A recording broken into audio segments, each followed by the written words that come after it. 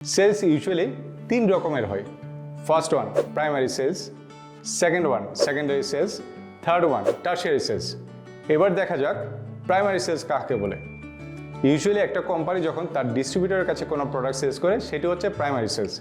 ধরে নিলাম আজকের দিনে একটি কোম্পানি তার ডিস্ট্রিবিউটরের কাছে 1 কোটি টাকার পণ্য বিক্রি করলো। যেই দামে এই পণ্যটা বিক্রি করেছে সেটি হচ্ছে কোম্পানির প্রাইমারি সেলস। তার মানে 1 কোটি টাকার কোম্পানি আজকে প্রাইমারি সেলস করেছে।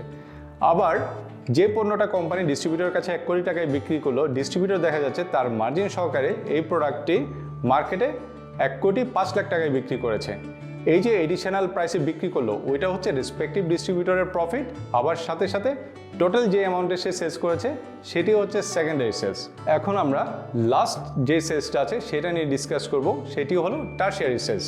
রিটেলাররা ডিস্ট্রিবিউটর থেকে প্রোডাক্টটা কেনার পরে কনজিউমারদের কাছে যে প্রাইসে বিক্রি করে এবং যে অ্যামাউন্টের বিক্রি করছে সেই বিক্রিটাকে বলে টারশিয়ারি সেলস।